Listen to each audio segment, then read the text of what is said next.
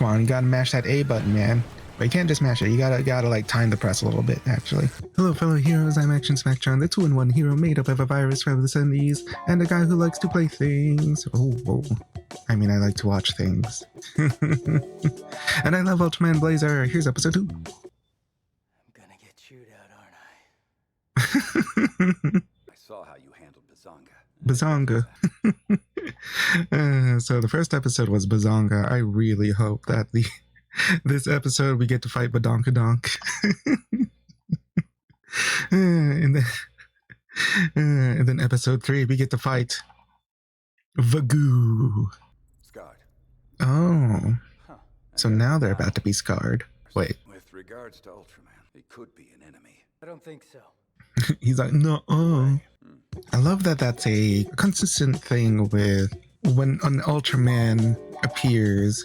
It's not always just assumed right away, especially by the higher ups of the Earth Defense Force, that Ultraman is, you know, a good guy, a hero, someone actually there to save them. I like the skepticism because you shouldn't right away, especially when your job is defending the Earth from giant monsters, just because one comes in and defeats another monster when you really need him to. I like the logos. That is consistent with these Ultraman series. You can't just assume that the large shiny man is here to save you. Blazar, as the code name for that alien. Came up with it myself. What is a Blazar? That's the part I like. Alright, so there it was. The new Blazar opening. I'm trying to decide how I feel about it. While it was definitely not a bad song, I can't say that it was exactly standing out from that many of the previous ones. I felt like it was actually pretty early 2000s, maybe even 2010s. It sounded very of that time, so it doesn't really feel like it's a really new approach to the music. Like I thought Trigger and Decker were actually pretty interesting, while also, you know, being really cool songs. There was also a little bit of sort of Eurobeat to the both of them, mixed in with a little bit more modern music stylings, and even in being so for both of them, they also felt like different kinds. Like Trigger's opening was very was kind of like a modern Dave Rogers kind of song, which is appropriate because that was like a reimagining of Ultraman Tiga, or like an AU of Ultraman Tiga, you know. And Ultraman Tiga was, you know, like exactly that. It was like a Dave Rogers Eurobeat, initial D kind of opening, which was awesome. But yeah, this Blazar opening might be one of those ones that kind of take me time to like really attach myself to.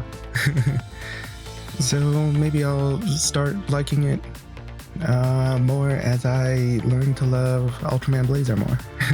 And I think that's easy to do because I already enjoy Blazar. Bazonga. This is your Scarred team. I just took. Alright, cute girl. Oh man, so much cute girls. I'm pretty into this waitress. She's killing this performance. I'm so convinced. Hang on a second. You're supposed to fire the special rounds into Bazonga's nose. Bazonga. You must be Emi Aobe. Yes, sir, Captain Hiruma. You know what? I think you were bit by a mosquito. Look right there. Whoa, hands, dude. Alright, cute girl time. Bazonga. Bazonga. Here, let me borrow your back. Okay. No. I just need a place to... Emmy's just over there enjoying the show. Alright, so like already There is a noticeable difference in the approach to this episode in showing Gento's relationship with his team and Scarred, and just the tone of this episode shows a little more variety than I expected from just watching the first episode.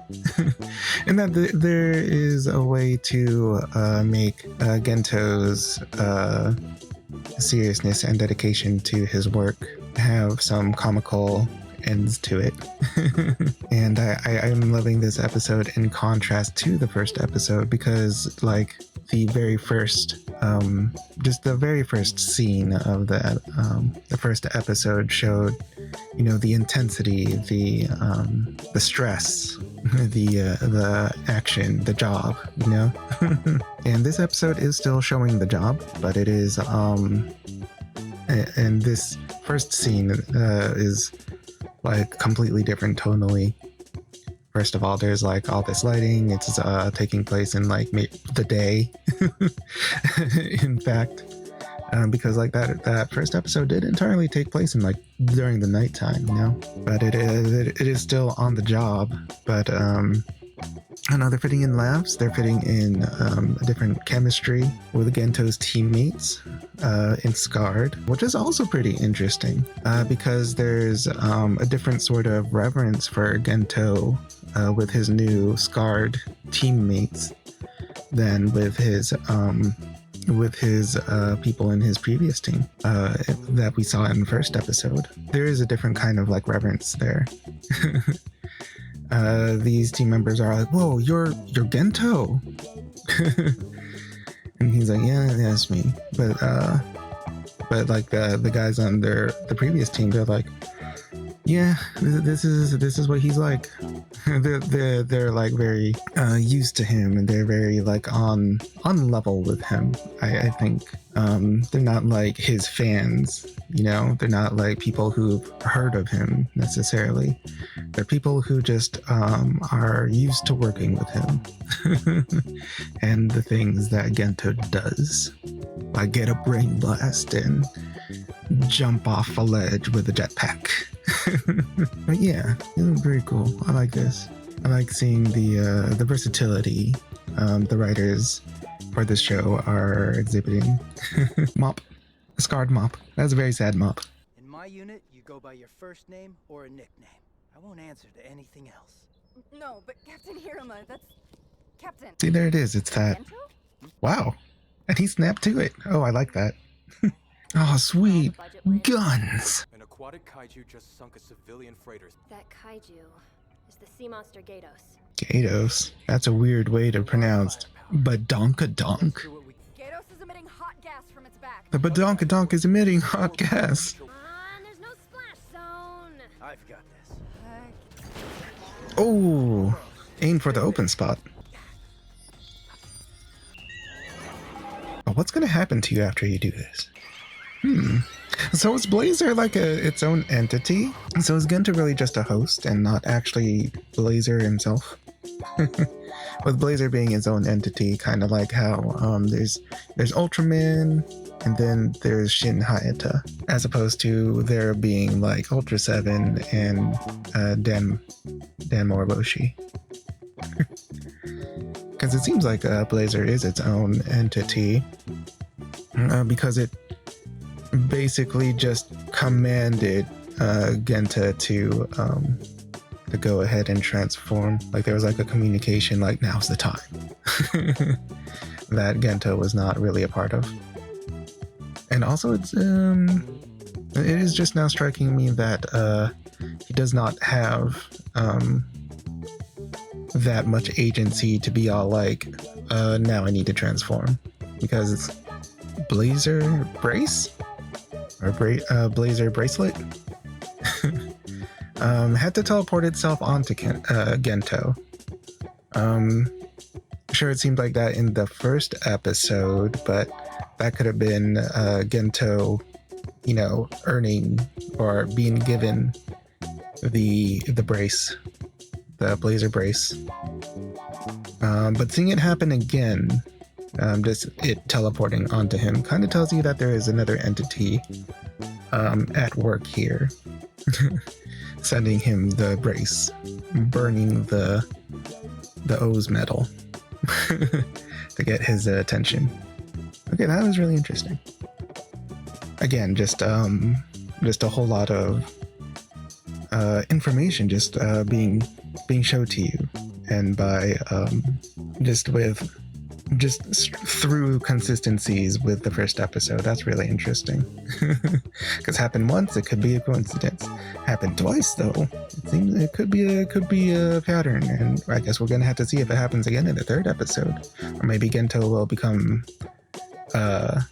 will have more agency by the time we get to the third episode. Now I'm really curious about how that plays out. Oh! Always with just immediately just smash him. Last time with the dang flying knee. This one, it's a flying elbow delivered. I just got a thought. I wonder if there's gonna be a point where Genta starts yelling Ultraman Blazar.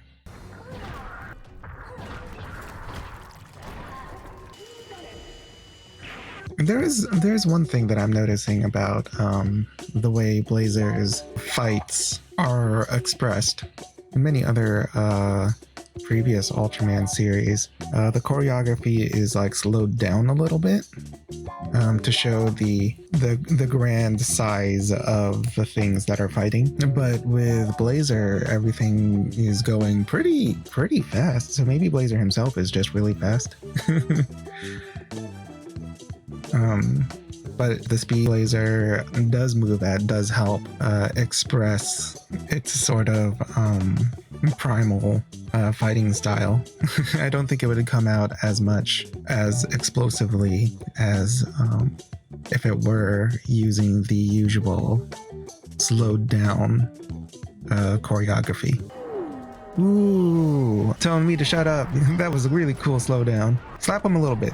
There we go. There we go. There we go.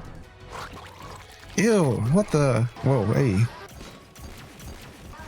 Yeah. Ooh. Kind of like how the teammates were all like, aim for that. Chop that thing. You fool. Went into the water. What you doing there, Blazar? Should save that for your own time, man. What? He's actually fishing. Come on, you gotta mash that A button, man. But you can't just mash it. You gotta like time the press a little bit, actually. Oh, whoa! You fished it out, skewered it, and cooked it all in one swoop. I like how they're like, yeah, that's pretty cool. The silent admiration. Did he build that? Take this Earth, Garo, and eliminate a future kaiju threat. The Vagoo? It's not that hard, just don't Henshin and get in the robot instead. But yeah, that was Ultraman Blazar episode 2. Yet another episode where there was a whole lot to eat.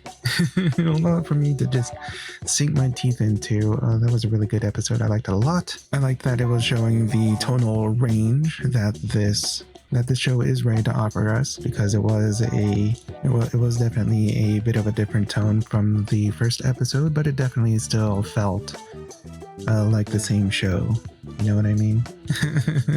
So I didn't feel betrayed or tricked by it or anything, but it just felt like it was just another side of the same coin.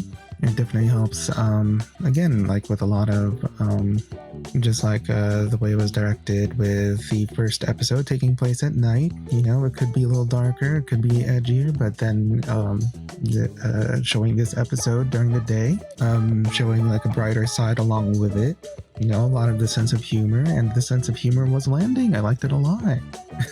And it caused me to ask some questions that I'm looking forward to answers. What exactly is going to be Gento's relationship with Ultraman Blazar?